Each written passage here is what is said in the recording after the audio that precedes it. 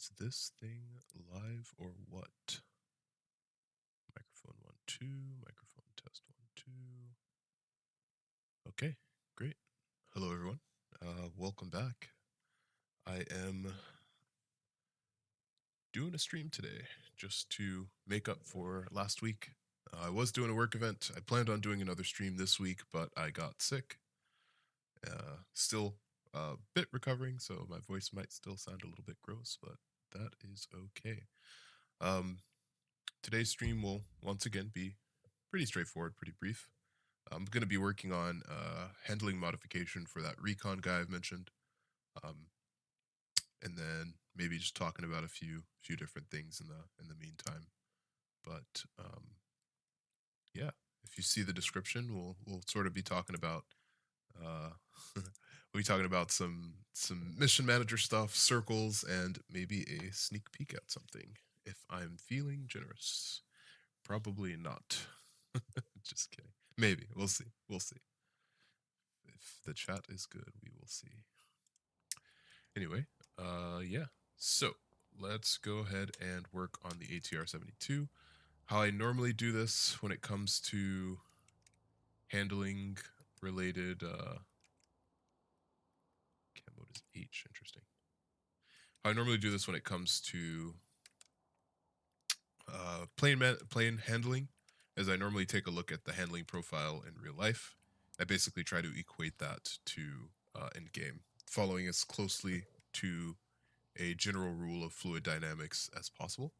So we will take a quick look at maybe a few takeoffs and landings in an ATR-72. So maybe we will take a quick look here. We want external facing. We don't want any cockpit footage, just because it doesn't give us as much of a perspective as normal. I love ads. I'm gonna move that away. Not gonna blind you guys with advertisements here. Anyway, okay. So we have a nice little wide body configuration here. Nice wide turning. General speed increase here. Sort of gradual. Exponential is the word I'm looking for. As we pick up speed. Gets to V1 here. And then first wheels off. Nose wheels up. Notice how with the lighter aircraft, it does more of a nose up sort of movement before it actually picks up off the ground. That versus, let's say, something light like a King Air. King Air 350. Takeoff. So something like Culture this. Oh and gosh. business. Puerto Rico. It's not what's next, it's where. Okay. Enjoy 24-hour access at most Planet Fitness clubs. Dude, $1 down. These ads are terrible.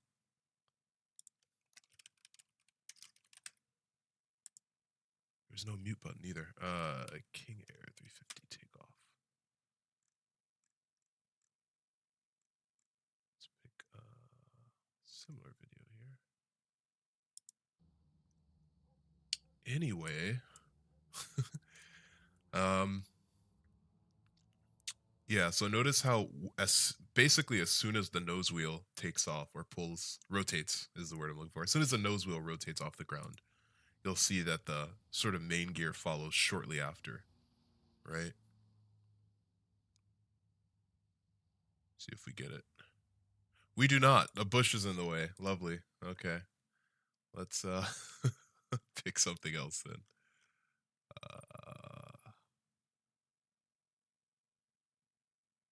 Blah, blah. Okay.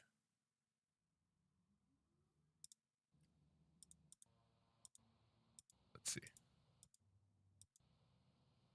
So right there, watch. Nose gear, then immediately main gear. See? Now compare that to this where you have much more of a sort of rotational arc going on before the main landing gear pulls off the ground. And then if you want a more exaggerated example, we'll take like a turbine engine, 737 max takeoff. Get something like that. And you'll notice that the whole thing basically has to lift up much wider before, we'll say 777. I don't care. Give me something short. Right here. So watch the nose gear, and then look how much rotation is needed before we can get the main gear off. Right now, if we tone that down, that sort of lift profile down, you'll see something like the ATR-72, which has less of a rotational arc, and then you tone it down all the way, you get something like this, where it's front nose gear and then main gear. So we're basically going to be going for something in between this and this. So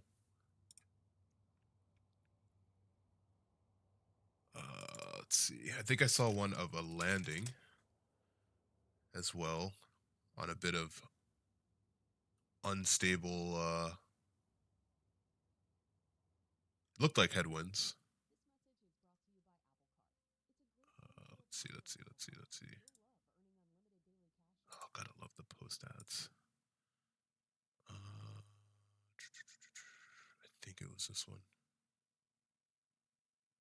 Not going to click it, but you get the picture.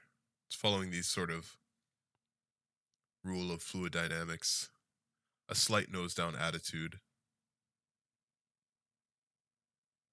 Oh, and a bounce. Interesting. So that's going to basically equate to, there's a value inside of,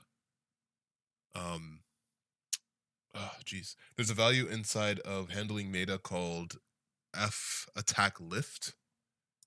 Show you what that looks like. Let's see. It's handling attack lift. Oops. Oh, this value here. So there's a value called F attack lift, which basically determines how much bounce you'll get on landing. We're going to be adjusting that based on what we see here. So we have an idea of what we're going to do. So let's go ahead and play with it a little bit. And add a little bit of music just so it's not completely boring. Hopefully it's not too loud.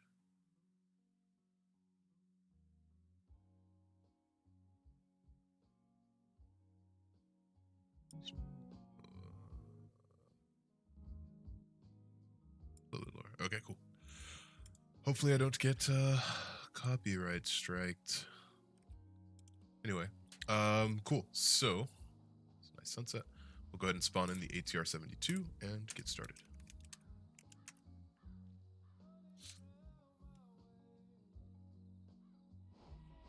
Okay. As I mentioned before, this was made by someone named Recon, very talented modder, converter, modeler. Cockpit is all done by him. Do a walkthrough at a later time, but we're just here for the handling. So let's see what we're working with here. Speed profile is okay. Might actually be a little too aggressive, but we'll fix that. Let's rotate. Rotation profile is decent. Okay. Speed is still great. Whoa, it's very, very aggressive. We might have to taper that back, but it's capped at a decent rate, so it's just fine. Let's test out the landing here.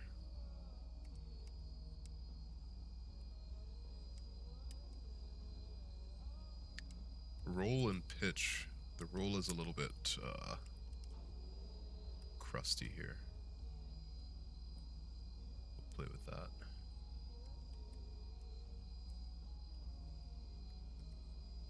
All right. not at all anything close to a center landing. That's not the point here.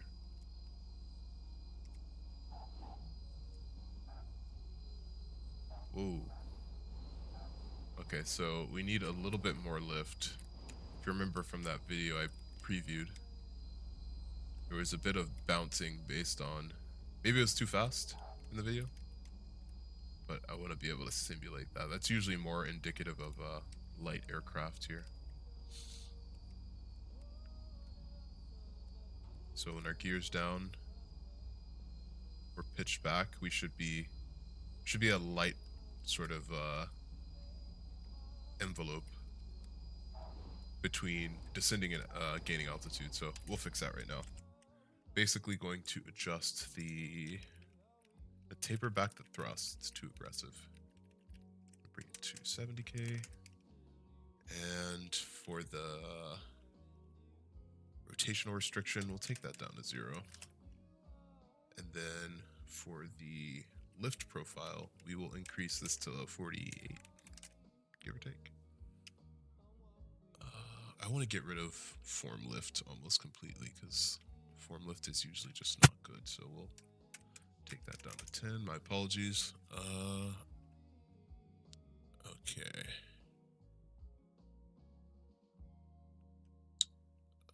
Okay, cool. We will save this and adjust. Let's go ahead and unfortunately I have to do this with vehicle resources. If you restart it while it's actively in the world, it will crash the game for some odd reason. Anyway, ATR-72, and let's respawn it. Cool. Do another short leg flight here. Let's actually make it daytime.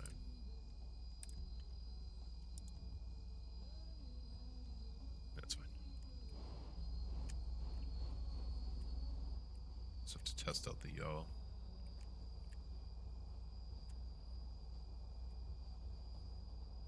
Good. V1.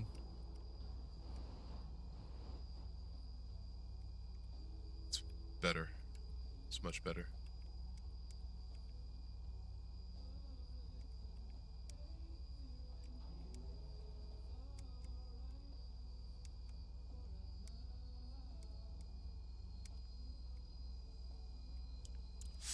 I think the turning profile is actually pretty good. Checking yaw. The yaw is way too deep. I'm gonna turn that down a bit.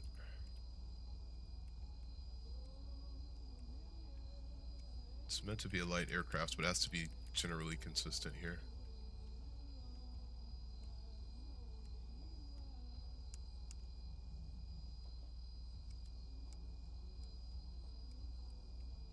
Geez, hopefully there's, I'm seeing some lag on my side. Hopefully it's not the same on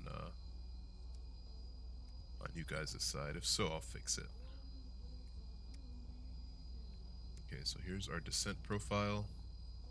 We lift up. Beautiful. Although we can do a little bit better. So what we're going to do is we're going to increase that a little bit more. I'm actually going to go ahead and pause the stream here just so that we have a little bit better consistency here. I want to make sure it's not lagging for us.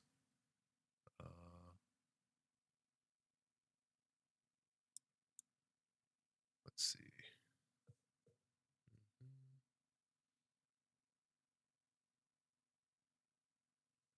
Okay.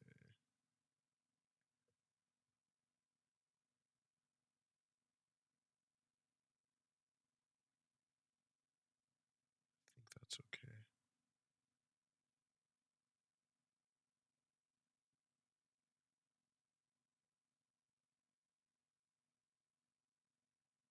Yeah, it's very laggy. Sorry, just observing the stream here. Okay, I'm going to step to the side for literally 20 seconds just to increase the bitrate here. And I will be right back. Alrighty. I hath returned. and it still is a bit laggy, but we will have to make do. Okay, so we were basically adjusting the lift profile again, so we're going to go ahead and do that now. Hopefully the audio isn't too obnoxious. I apologize if so. We're going to change the lift profile to 5,000, maybe 5,200. We're going to reduce the attack lift mult to 5 to compensate. Everything else is okay except for the yaw. We want to taper that off a little bit, or increase the stabilize factor. That's the cutoff point, so we'll say 120. Maybe we could take this down to 69,000 here, or 690,000. Thrust cap is fine.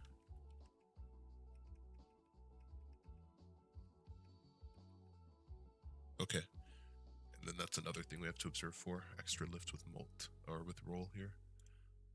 I just realized you guys probably can't see this. Settings. Selection. Appearance, yes. Font, yes. 18. Okay, better. Alrighty. Now we spawn out, spawn back in.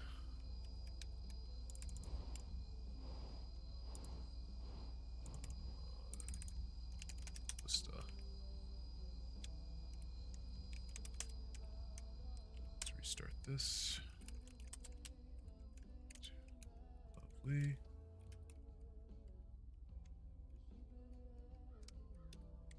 Alrighty.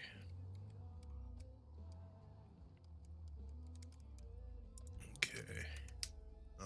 ATR-72 after we restart it one more time.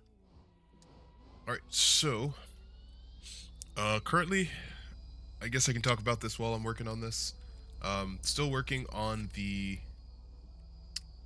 autopilot stuff right now, but I'm getting close. At a bit of a snafu here, figuring out the circle. It's V1. Let's see what we got. We should definitely increase the lift profile. It's looking good though. Let's test some roll maneuvers. It's very heavy. Yeah, we want the roll to be proportionally easier than the pitch. Just because of the aerodynamics, right? We're turning a barrel versus rotating the barrel against the relative wind, so we want it to be a little bit lighter. Let's test the yaw. Yaw's actually a little too tight. We'll take it down from 120 cut off to 100. And let's see what we have here for the descent profile. Descent profile is actually pretty good. Let's go for a landing here. Speed's just fine. Oh, it's pretty. Can really see it coming together here. All right. Cool. Let's make some changes here. Yaw was a little too choppy. Yaw molt. Change that, or yaw stabilize to 100. Thrust was actually just fine. We wanted to increase the lift profile, so 55. Simultaneously reduce this back to 0. And also reduce the lift molt here to 85. But to do that, we have to also increase it a little bit more. 5550, let's see. And the roll versus pitch. The pitch molt is 46. The roll molt is 1,000. We want it even lighter than that. Let's say maybe 1250 to start. And we will restart the vehicle and respawn it in. Alrighty.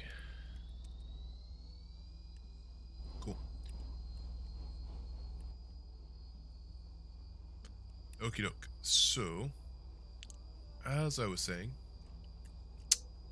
let's get to V1 first before I continue.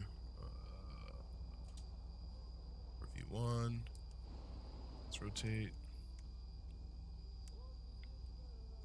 It's good. It's good.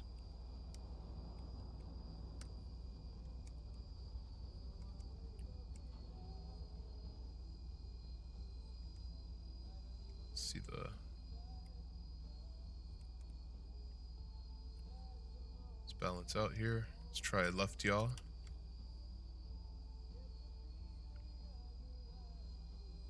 It's good. I like it. We want a little bit more side slip mold though. Roll is very appropriate. Maybe it should be lightened up a little bit. Let's get the gear down. I think the weather is... Yeah, it's clear. It's a little bit blurry in the background. Okay. Let's pitch back.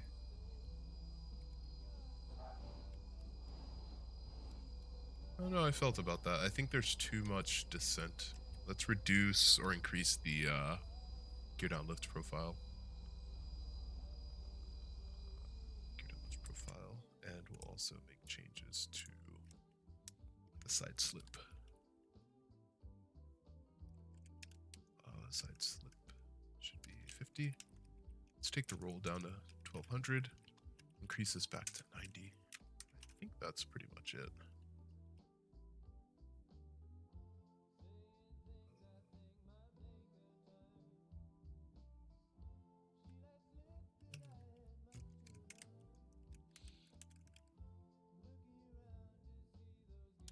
We'll keep this for now. Alrighty. Alrighty. Just restart. And yeah, so what am I working on currently? Basically, before I spawn in the vehicle, I'll show you.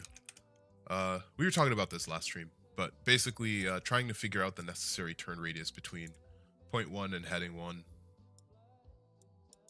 and point 2 and heading 2, which actually I reached out to the very smart people on Stack Overflow and they've given me a bit of a solution for that. So essentially figuring out how to make a curve fit this sort of profile of two vectors or two line segments or segments essentially. Calculating the necessary turn radius, right? Which the turn radius is defined as this sort of space here. So just figuring out how to calculate that. And when you put it in the context of an actual full circle, something like this, which you'll see it's a lot better articulated. You'll see that the turn radius is exactly that, right? It's from sort of this point in the circle to the center point, to the midpoint. So essentially they mentioned that I want to mathematically find the midpoint of the circle. So that's what I'm actually working on testing here. There's a very brilliant guy named John Bollinger. It's probably not his name, but who cares? Who suggested a couple of things. Essentially to calculate the midpoint, putting it into the perspective of things like radius and parallel lines and things of that nature. So first things first, I have to test it out with the graph, similar to what you see in the background here. But once it's proven to be mathematically correct, I can actually implement a code version of this particular formula. And as you guys have seen from the last stream, we already have a way to calculate or to perform a roll. We have a way to measure the turning radius. We have a way to speed up and descend and adjust the turn based on how deep in the turn we are. So it's a small matter of the final problem, which is the turn radius. Well, sorry, the turn radius itself. So that's going to be a fun test. I'm hoping we can figure something out there, you know. Anyway, let's go ahead and spawn back the ATR-72 here.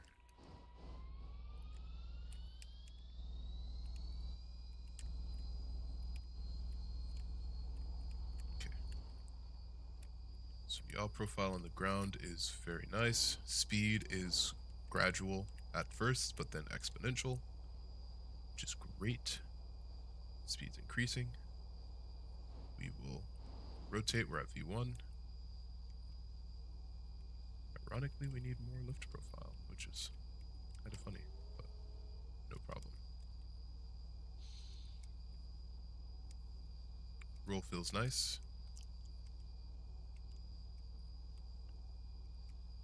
Speed accumulation is good. They're two turbine engines, so they shouldn't have much problems climbing as opposed to something like Cessna. You can feel the increased side slip angle here. Beautiful. Let's get our gear down. Test the descent rate.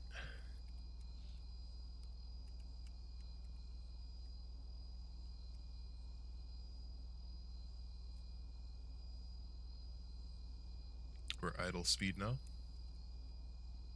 for the runway. And if we pitch back too hard, beautiful.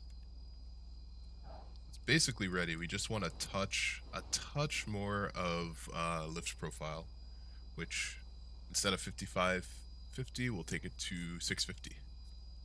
Or maybe even 5590 or something. Something of that nature. So we'll adjust that.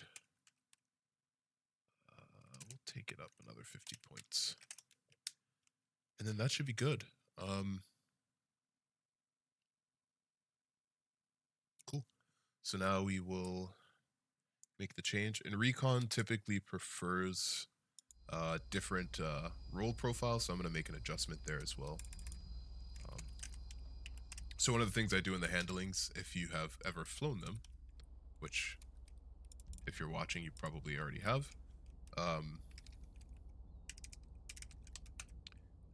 you'll notice that when you bank to the left and to the right, or when you roll to the left or to the right, there's a bit of what Recon calls stick drift. I call it open fluid dynamics here.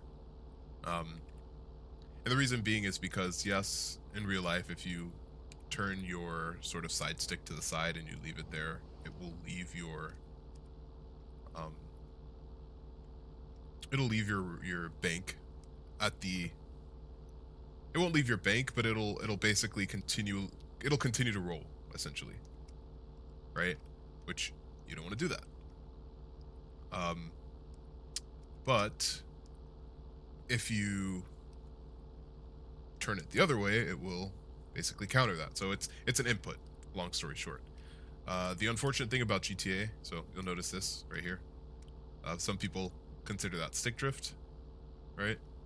It's more of an input thing. Long story short, there's a value called, what is it? Roll stabilize. When you set that, basically, and you roll to the side, it'll essentially, it'll hold your roll as opposed to continually rolling, which that's not realistic. So I sort of prefer the input correction kind of perspective rather than sort of leave it there and hold. It kind of makes it a little bit too easy if it's using the stabilize factor. So that's why I usually see it off when I produce handlings. But because I'm doing this for a friend, I am subject to their preferences. Beautiful. Alrighty, so we will go ahead and double check the lift profile one more time, and then we will sort of crusty up the roll by adding some stabilization and some other tricks there. ATR-72. I call it crusty handling on his side. He calls it stick drift on my side. We got a nice relationship going there. Alrighty. Let's see. Should be final test here. Gonna reach V1. And rotate. Beautiful.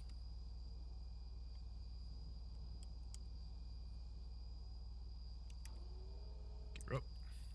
Positive rate. speed increase is beautiful. We want that because of the twin turbines here. Alrighty, so let's get the gear back down.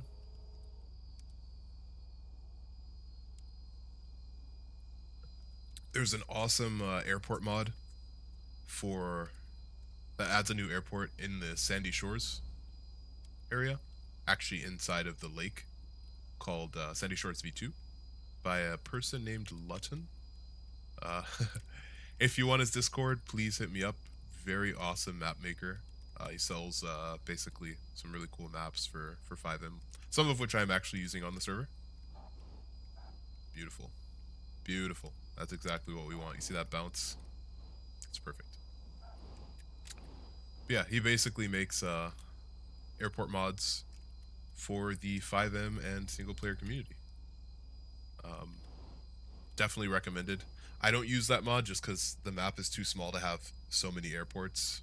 You'll have sort of intersecting approaches and things of that nature, which we don't really want. It's already, the airspace is already cluttered enough with Sandy Shores and Fort St. Cudo right next to each other. So I tend not to do it. The idea for me is going to be areas outside of the map that you can travel to with sort of incentive to do so. So basically, whether it's drift tracks or gun games or whatever you're flying, the purpose of flying actually has meaning, right? You're getting to these destinations and you're doing something fun.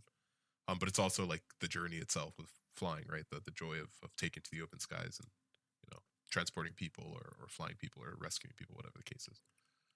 Cool. So let's crusty up this this role profile here.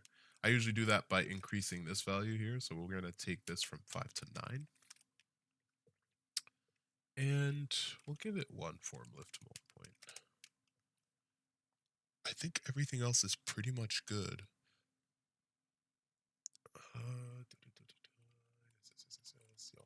That's fine. That's fine. Yeah, everything else is pretty much good. Engine off glide, that's one thing I haven't tested that I will have to test. I usually have to increase this to ridiculous like numbers, but we will figure that out. I guess we can add 1 stabilization point. Cool. ATR-72. Already.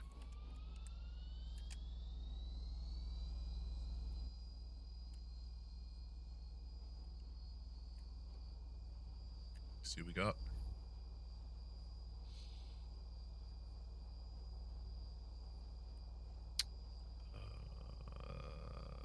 V1, and rotate. Okay. Now we test the lift, the roll. Okay. They'll love this. I do not. Oh, this feels so gross. But it's what he wants. It's what he wants. We still have that nice fluid motion. We might need to reduce that just a tad. But I think other than that, we're set.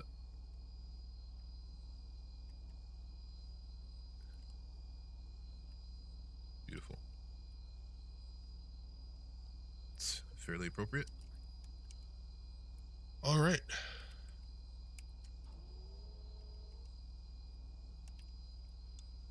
One thing I haven't tested yet. Well, jeez. One thing I haven't tested yet is the. Let's get touchdown. Beautiful. Let's touch and go. Let's go around, whatever you want to call it. One thing we haven't tested yet is the engine off glide. So let's go to maybe max height. See if we can get to an airport in time. Oh yeah, we can pretty much reach any airport at this altitude. Let's make it a challenge. Let's go for.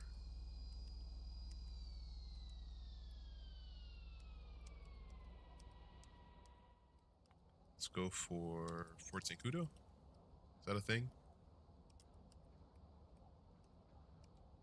Yeah, no, we probably shouldn't be able to reach that distance. with no power. Oh, but we're doing good. Speed management. Keeping the speed high.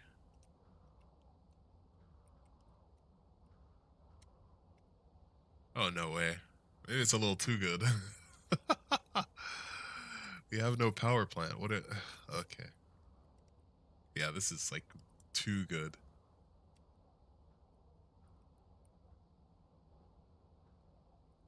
I am all for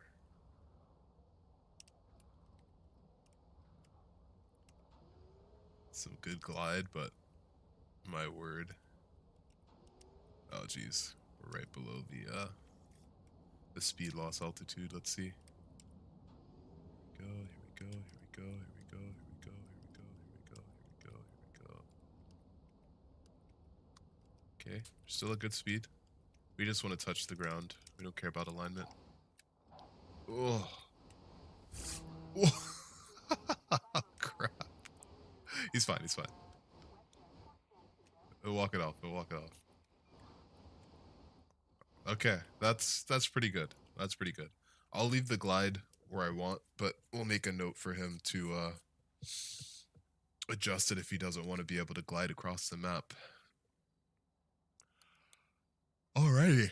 That's the ATR-72. Yeah.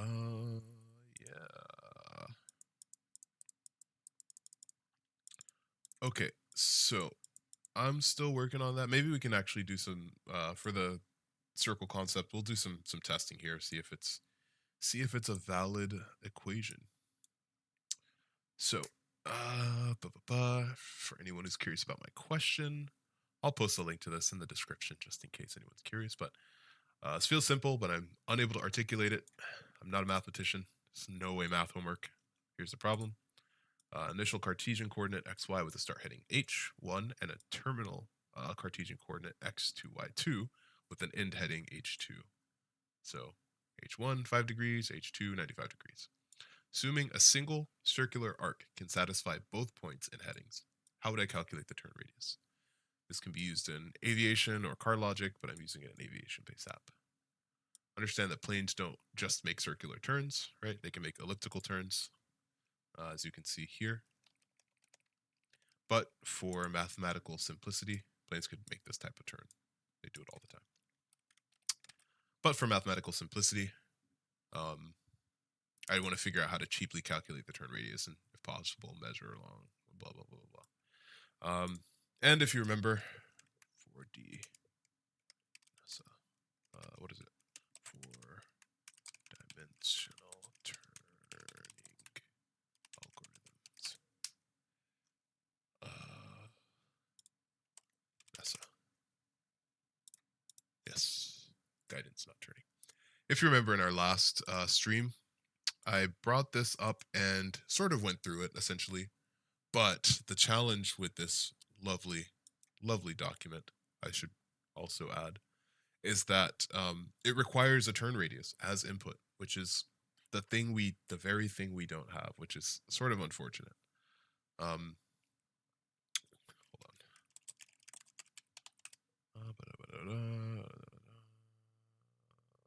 I'll just pull it up. I have it downloaded because I'm so cool. Yeah, the problem with this doc is that it depends on having an input as a turn radius, and unfortunately, we don't have that turn radius between these 2 points. We don't have a given turn radius. Unfortunately, now we could probably, I'm just realizing this now, but we could probably calculate the max turn radius based on the speed and the heading, but that's going to generate something static as opposed to, okay, this is why we think these things through. It's going to generate something static as opposed to a dynamic turn radius based on the location. We don't want a static turn radius, the same type of vanilla turn every single time. We want something dynamic based on the situation. So in this case, the turn radius, let's say it's, I don't know, 5,000 foot turn radius. We'd basically want something that follows the 5,000 foot turn radius here and then also is able to follow the 8,000 foot turn radius here, or the 2,000 foot turn radius here. We don't want the same turn. We want something a little bit more dynamic, a little bit more realistic. Yeah, but this is a great article. It's a great document. I'll also leave this in the description as well if you guys are curious about what this is. It's interesting because it expresses the sort of headings instead of like in degrees or even radians. It expresses it in terms of pi, which is like an interesting. I've never seen that done before, but yeah, it's definitely an interesting thing. I was like worried about how I would have to convert this between terms of pi and back into radians or degrees, because of course GTA uses degrees like regular people, right? This fancy schmancy document uses terms of pi. So I was worried about that, but unfortunately, since there's no need for me to use this, it's essentially pointless. Yeah. Anyway, yeah, so that is that. NASA's firewall doesn't like me today, but that's okay. Cool. So that is the question. Clearly me, because Microsoft Paint. And we will test this out now. Let's go ahead and pull up our trusty old MS Paint. We'll go ahead and draw a sort of generic graph here.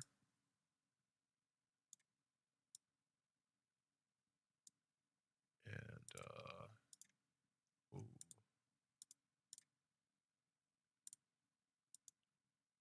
some sort of arbitrary graph lines. We want them to be straight for our friends with OCD. OCD, OCD, OCD. I can't copy that. That's annoying. Whatever. Just rinse and repeat, rinse and repeat. Doesn't really matter. Doesn't really matter. There's our X. There's our Y. Or our negative X, sorry. X's and Y's. I feel like there's a pop song about something like that. About your X's and your Y's. Anyway, cool. So now we just rinse and repeat. We throw this here. We throw this here. This is the ugliest graph you've ever seen. Hopefully. But also, hopefully, it gets the point across. And let's go back to here. Oh. Gosh dang it. Okay. We will go back and change this to red because this is already hurting my eyes, and I'm sure it's hurting yours too. Beautiful. Now we will just cover up our mistakes by drawing over them, and boom. Probably make this bigger. Beautiful. Okay. So I remember that, or it's sort of logic, that if there is a law in science or math or whatever, then it doesn't matter how it's applied, it's going to always check out. The math will always sort of check out, like gravity, right? Doesn't matter if you're dropping a tennis ball on your foot or a bowling ball, it'll always, like the thing that you're dropping always follows the laws of gravity, right? So if this is true, then it doesn't necessarily matter if my point 1 is here on x1, y -2, or my point is here on +3, +2. No matter what, we should be able to follow that sort of same, or the rules should essentially always check out. So doesn't matter where we start, but for simplicity's sake, I like keeping it simple, at least to start, to validate and to test, and we can get into more complex use cases.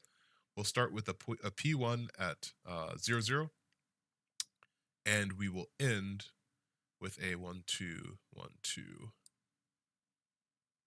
an ending heading or an ending point at P2, 2. You got it? So P1 is 0, 0, P2 is 2, 2, which means, logically, there is a circle that is defined that goes through all 4 points, which we already know, right? Which is 0, 0, 2, 2, 1, 2, 3, 4, 0, 4, which is off the grid, and then -2, 2, or 2, -2, sorry, right? Which means that naturally our midpoint is here, right? And which means there's already a circle that exists that sort of describes this particular, it's not a circle, but you get the point. This particular graph, these particular points, right? The fact that it's not a circle is just because my graph is all ugly. But, there's a point that basically satisfies all of these requirements. Now, our point 1 heading 1 is naturally going to be up. Oh, so ugly. Jeez Louise. Now we'll stick with the bright brush, the big brush. Right, that's the kind of that's the kind of point that we want, right? Okay. So we'll add a note here. Expected center is 0, 0, or 0, 2. Right? Okay, dokie. Lovely. So let's go ahead and follow through what this John Bollinger guy is talking about. Vehicles initially at point 1, x, y, 0, 0, traveling in the direction described by unit vector h1, heading 1, which is equal to sin heading 1, cos heading 1. Now, we'll probably want to describe this in radians, just in case, because I find when I'm calculating things in degrees, it gets a little bit messy. So cool. We will define our heading as 360 or 0. 360 degrees, 2 radians. 6.2. 0 degrees, 2 radians. Is that the same thing? All right, we'll stick with the 360 degrees. Heading 1 is 360 degrees in reds. Lovely. Alrighty, and for those that don't know, 360 degrees is the same as 0. The more you know, who cares? Doesn't matter. Cool. So let's go ahead and calculate the unit vector h1, which is sin heading 1, cos heading 1. Cool. It says we should also see notes 1 and 2, so I'll take a look at that before I calculate that. Definition of heading vectors, take heading 0 to be directed along the positive y, and heading 0 or 90 to be positive x. Right. That's consistent with aviation convention. Get radiating coordinates. It's consistent with the first and third, but only partially with the second. Yeah. This example expresses heading in degrees, as is the norm with aviation. Okay, so he wants degrees. That's perfect. That most calculations in math libraries, trig functions operate in units of radians, so you may need to perform a conversion. Perfect. Okay, cool. So we will stick with that. Okay. So you have 360 degrees. I'm just now realizing that I totally dyslexia the directions here. This is your X. Jeez. This is your X and this is your Y. Which means expected center is 2, 0. No, it's still 0, 2. I got it right. Anyway. All right. Cool. So let's go ahead and run vector h1 equals sin h1, comma, cos h1, or cosine h1. Terminate. And just to double check.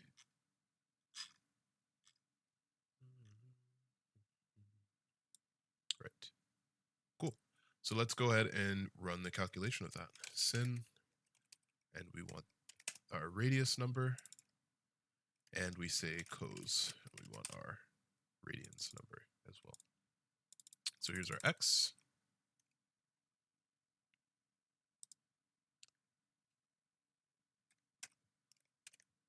So sin, and our cosine, which is this guy. And you thought math was only for school. Okay, so here's our vectors. And this is really cool because it basically describes a heading in the expression of these just random looking high accuracy numbers, which is really awesome. Let's follow it along and see what else we have. You want the parameters of a path traveling along the circle such that the vehicle eventually reaches P2, right, which is our 2, 2. We primarily want to determine C, the center of the circle, XC, comma, YC, which we know to be 0, 2, this center point here on the graph. At every point along the path, including P1 and P2, the direction of travel must be tangent to the circle containing the path, right? This implies that a line perpendicular to H1 and containing P1 will also contain center line vector R1 blah blah blah is one of 2 unit vectors parallel to the line, so that we can write. So before we go there, this let me explain this. This is basically saying that the center, and so this point here, this start point, if we're talking about a line that starts, a line segment, right, that starts at this green dot here, I need a new color, starts at this line here and starts moving sort of this way, right? They're basically, John Bollinger is basically saying that there exists perpendicular to that line segment something that essentially contains where the center is. So if we follow it, we get, at least on the y-axis, the center, right? Which is great, because that means with any circle we get, if you were to just draw a random point here along the circle, and any other random spot, it doesn't matter. It doesn't even have to be in the halfway point. Since we know the center of the circle is here, Target, please don't sue me. This isn't your logo. This isn't anything. This is unlike your logo. Anyway, midpoint here, we have this line that extends from point 1 to point 2, right? Our sort of turn here. At some point, we get an area that basically aligns with our handy dandy center point. That's basically what he's saying there. Now I'll reread that. Hopefully it'll make a little bit more sense. A line perpendicular or crossing to heading 1 containing point 1 will also contain center, right? Cool. So vector R1 equals cosine heading 1 minus and then negative sin heading 1. And this is one of two unit vectors parallel to that line. So we can write center equals 0.1 plus radius times that parallel line. So there's two things we don't know, at least right now, which is the center point and the radius, right? We know logically based on this graph that the center point is at 0, 2, but mathematically speaking, calculation-wise, in GTA, when a plane is flying, I don't know how that happened. When a plane is flying or looking to make a circle, we don't know exactly where that midpoint is, right? Like if we were to draw a circle, there's no circle I can draw. Maybe just open up a new thing. If we wanted to draw a circle here, right? Let's make it a thunk circle here. Make it nice and pretty. If we wanted this plane to start flying into the circle, we have no clue what the midpoint is quite yet. No clue. Midpoint could be here. It's probably not going to be here. I'm trying to draw it as accurate as possible. It could be here. It could be here. It could be anywhere. And then we don't know what the XY coordinates of that particular center of the turn is. We don't know what the radius is either. But once we are able to calculate that, we have our problem solved, basically. So let's keep on reading and see if this helps us out.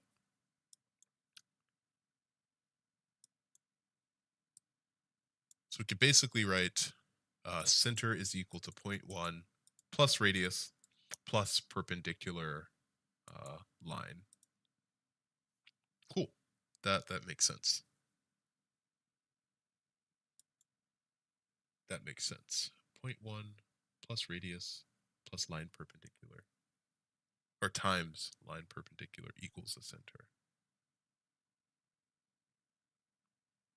How does that look visually? Kind of curious here. Bring up the graph. Let's see. Okay, so 0.1, which is this guy here, plus the radius, which is essentially this guy. Ugh, not good at picking colors, guys. Bear with me. So 0.1 plus the turn radius times the perpendicular. Interesting. Okay. So plus the radius is 2 units over. But times the perpendicular bisector changes the direction. Interesting. I've heard that somewhere before, but I don't remember where. But that makes sense so far. Okay. Additionally, line segment P1 and P2 is a chord of the circle. Chord of the circle is basically a line through the circle. That same line I drew before, that's a chord. So it could be this, it could be this, it could be this, it could be this, it could be that, it could be whatever. It doesn't matter. So its perpendicular bisector contains the center, which is true, but it contains the center to some degree, not the entirety of the center, or else it would have to be exactly through the center, right? Like if this is here, yes, it contains the center to the degree of y, but not to the degree of x. And this contains the center to some other degree, not x or y, but you get the picture. Maybe it points to the center point of that chord line points to the center of the circle. Maybe that's what he's trying to describe. The bisector contains point B, which is equal to P1 plus P2 over 2. If you're keen-eyed and have studied our handy-dandy or watched our previous streams, you'll know that this equation is the midpoint equation, right? And if we go to Google, so you can see I'm not BSing you, midpoint equation. what do you know? X1 plus X2 over 2, comma, Y1 plus Y2 over 2. And if you're even more keen-eyed, you'll notice that that's just the average. Average equation. The sum over the count, right? Sum of values over the number of values. So in this case, 5 plus 5 over 2 is 5. The average is 5. You know, it's cool. It sort of comes together. I love it.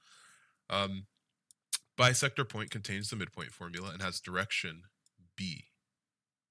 Okay. Perpendicular to P1 to P2. One such choice is that the bisector direction is equal to y2 minus y, comma x minus x2, which I forgot what equation that was. I'll have to look that up later. A specific choice of vector among those in this line's direction amounts to a choice of scale factor. We ultimately don't care about the magnitude of s, so it doesn't matter which of those vectors we choose. Okay. Okay. So center point is equal to the perpendicular bisector plus the scale times the direction of the bisector. That makes sense.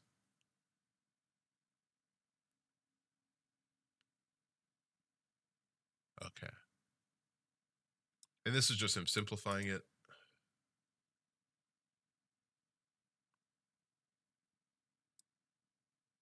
Which in this case, we can kind of solve it for C here.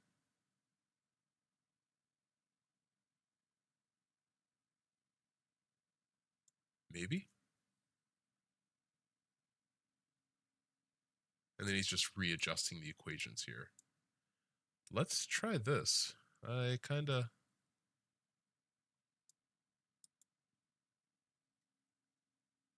like this. Oh, but it relies on radius. We don't have radius. That's fine. Equals center point.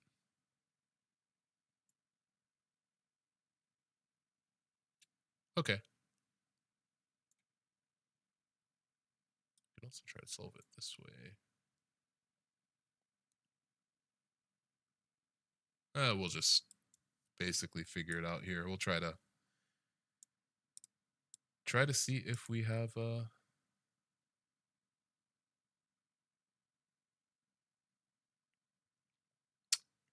match for our 2-0. Whoops.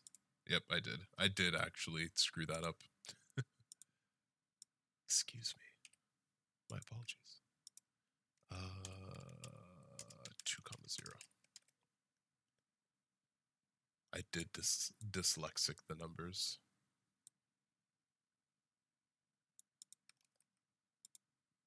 Okay, cool.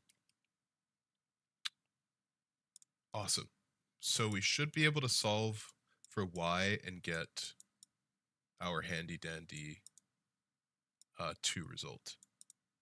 Let's see if we do.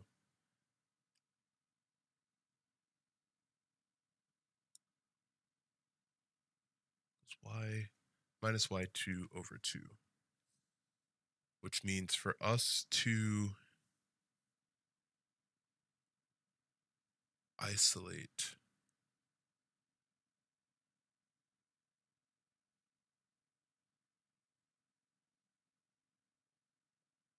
okay. So basically what we want to do is we want to take the r from this side and subtract it from both sides so that we have sin h1 plus s times x minus x2 equals the midpoint formula minus r, right? Because we're subtracting r from both sides. And then what we could do as well is we can multiply the whole thing by 2, right? So we multiply both sides by 2, and then we'll be able to effectively isolate R. I'm trying to think if we do the multiplication by 2 before or after.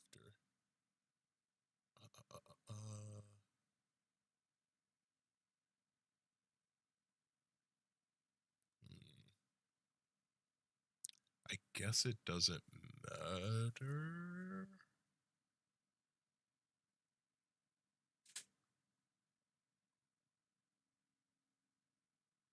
No, we want to do it.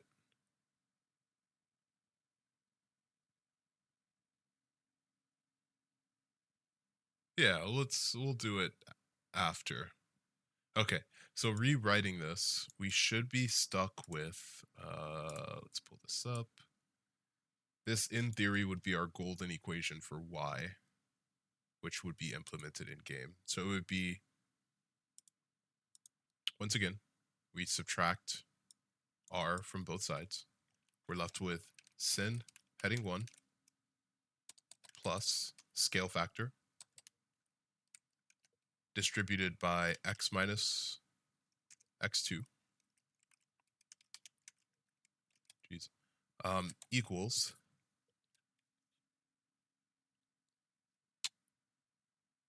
y minus y2 over 2 minus r. And thinking here.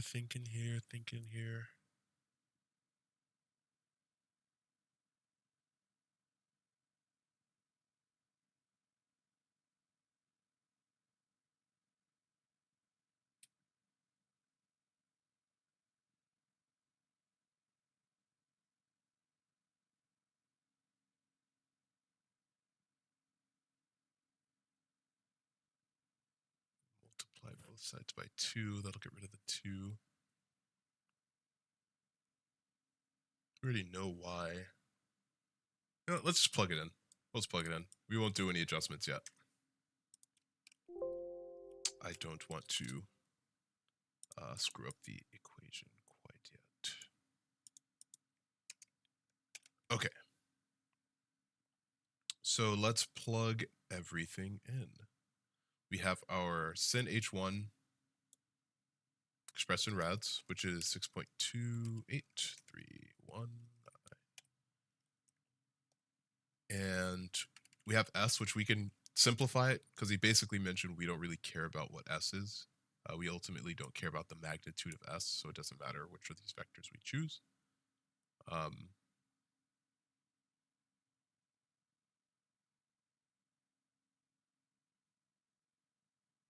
So we could just call it 1,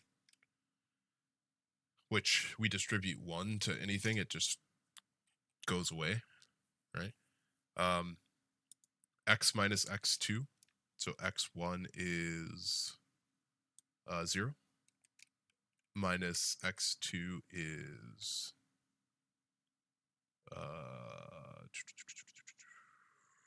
2, and then y minus y2, which is also 0, minus 0 over 2, which is just 0 over 2.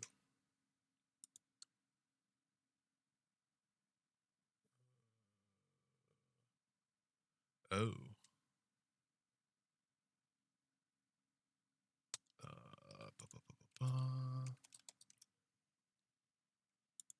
All right. So now we have radius times sin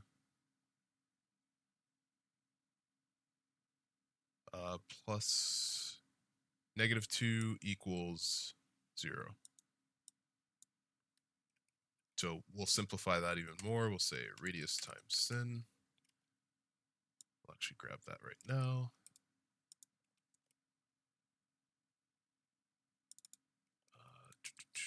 Which is this.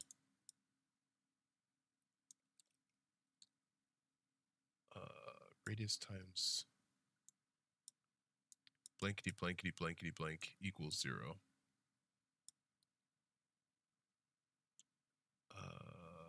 All right.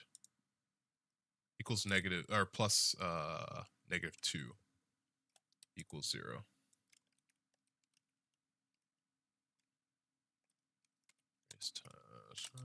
Which is just -2 equals 0, which means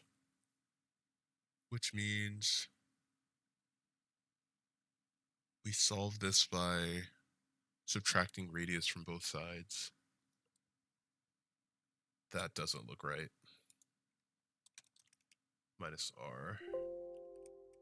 So we have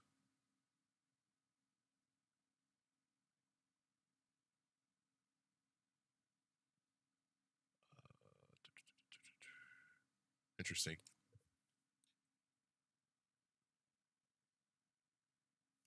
Zero by blankety blank. -2 equals r, which makes radius -2. That's not correct. I feel like I screwed up in the direction of this, because that should be +2. Okay, I'll have to play with this formula. Yeah, that should be that should have been -2. Oh well. Or +2. Oh, my fault. Just turn that down.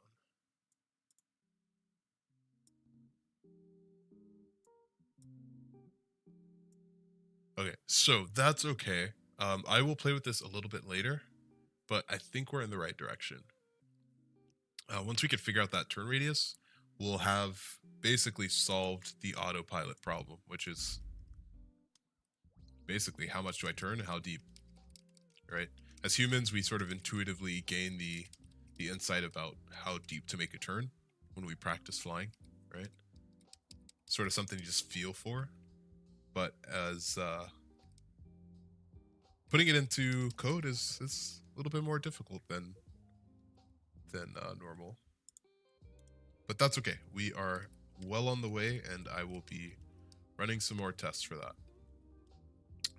So lastly, I did want to talk about a mission manager, which is basically going to be the basis of most activities in all things flight here. There's going to be different mission types.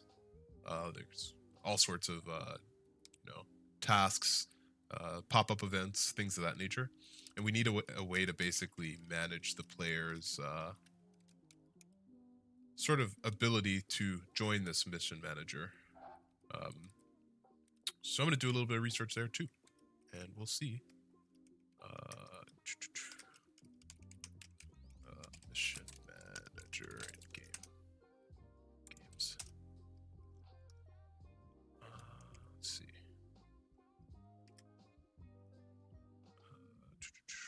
Something like that. Quest mostly boil down to kill a certain entity, kill and get acquires. Right, tasks. That's funny. GTA-like game. Find his car, keys, bring the car to your boss. Kill that guy, entity, acquire keys. Okay. So the overarching mission manager will not sort of do these basic level checks. It's just more player management. Let's failure condition to the mission. We can also do like maybe something that passes death flags from the localized mission manager to the server mission manager to the player.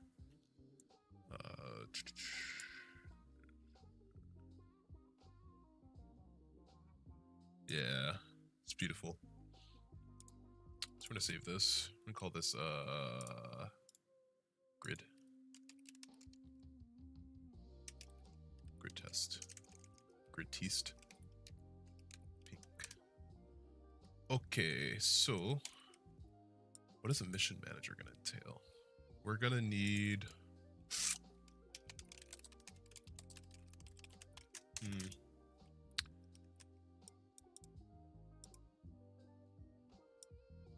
it's gonna be basic, but We're probably going to need the current player's state.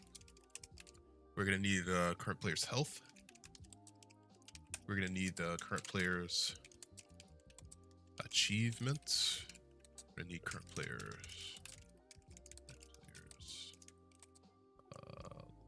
levels as well. Existing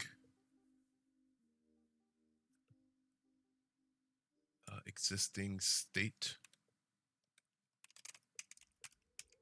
Existing state. Existing position and vehicle.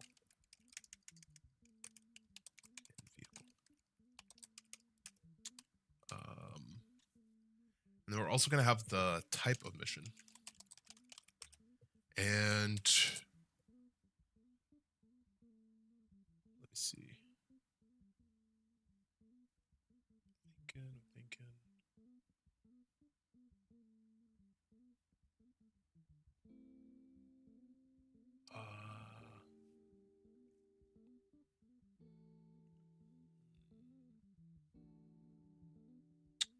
This type of mission.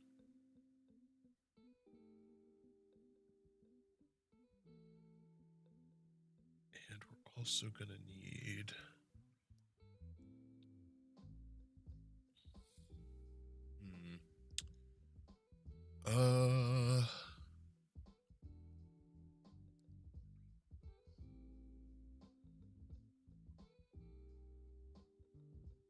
mission attempts.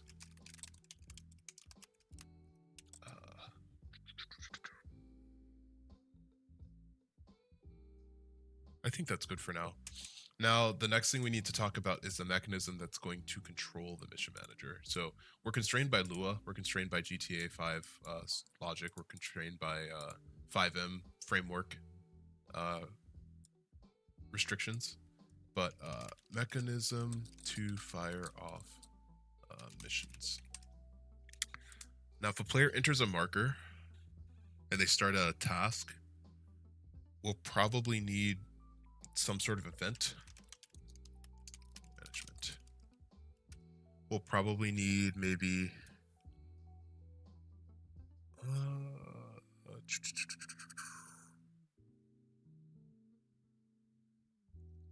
need an event.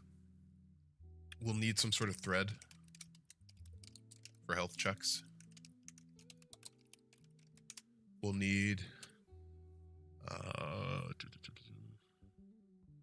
some sort of admin control, convars via convars or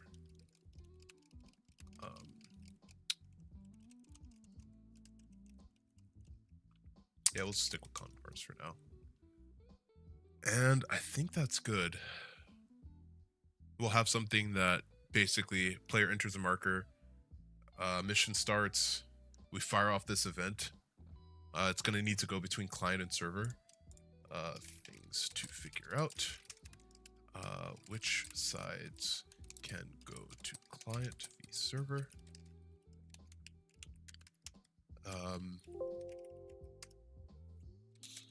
Types of events. I'll just call this details. And a few other things. We'll say other things, which that stuff can come a bit later. We just want the sort of overarching event manager here. And yeah, this is something that's simple. We can make this, and I can make this in maybe an afternoon, give or take. Just something that manages the state and checks various resources to, or various points of contention to see what the actual player is. So that's definitely something that can be done easily. Cool. So I guess while we're here, I will show you the super cool thing that I've worked on. Once again, not a dev, and I actually learned some pretty interesting things from a player named Asayu, which is a really good UX dev. And to see it, we'll have to basically start up flight school interior. All right, so the first thing you'll notice is when I'm in this radius, the sphere, I'm sprinting full. I'm never letting go of the sprint button. But when I get into the radius, I can't run anymore. Another thing to notice is that, let's say, when you get a bunch of weapons here, let's do something that you should never ever do in real life here. Right? So when you walk in that radius, you'll notice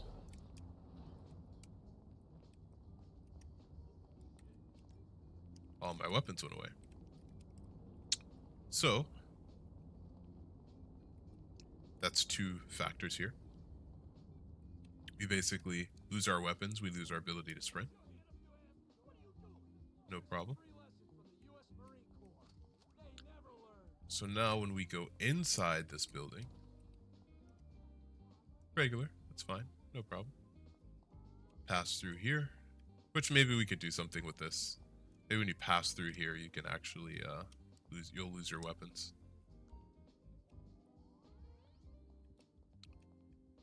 And then when we essentially go into this door, you'll see a bunch of students sitting here. They're randomly generated, calm down. You'll see a bunch of students in here. Now, we go to the desk. We turn to the desk. We have to use our imagination. We take a seat and bada bing, bada boom. You have a very, very cool sort of flight school module. Cool, right? This is effectively gonna be the basis of where you start to learn how to fly. Now, I haven't figured out the actual missions, and this doesn't really go anywhere fancily yet, but yeah, this is Rockstar style mission menu. And the idea is going to be that when you're done with your mission, get pushed away from the area, and your archives will be here. I'll probably have a friend or someone replace the YTDs of these gun posters with aviation-based stuff. 4 charts, weather charts, all sorts of stuff. But yeah, that is what I've also been working on in the background here. So hopefully this is starting to all come together. Thank you. Just kidding. That's from the audio in the background. Hopefully it's all coming together. I'll also do something similar for the, go all the way up here. What did they say? For the That's bullshit. I'm in and out of the shower 5 minutes tops. Thank you for that. What? Dude, I'm a fucking Marine. We don't get down like that. I'll also do something training wise for the ATC side also, so that players that want to learn how to direct traffic can do so. Don't feel pressure to. You'll get rewarded for it adequately, but there's going to be a mechanism in place to help deal with that. Maybe something I will talk about in the next stream. But anyway, that's about it. Thank you so much for tuning in on our handy dandy Sunday stream. Hopefully by the time I come back, I'll have a damn near breakthrough for the autopilot stuff. So that is about it. We will, let's do Nimbus. We will end this literally on a high note. And I'll say thank you guys for tuning in. Thank you for watching. Have yourself a great week. We're at V1.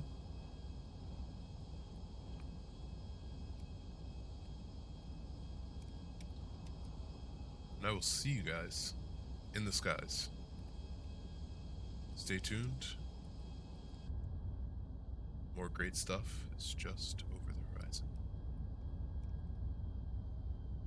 Talk to you soon.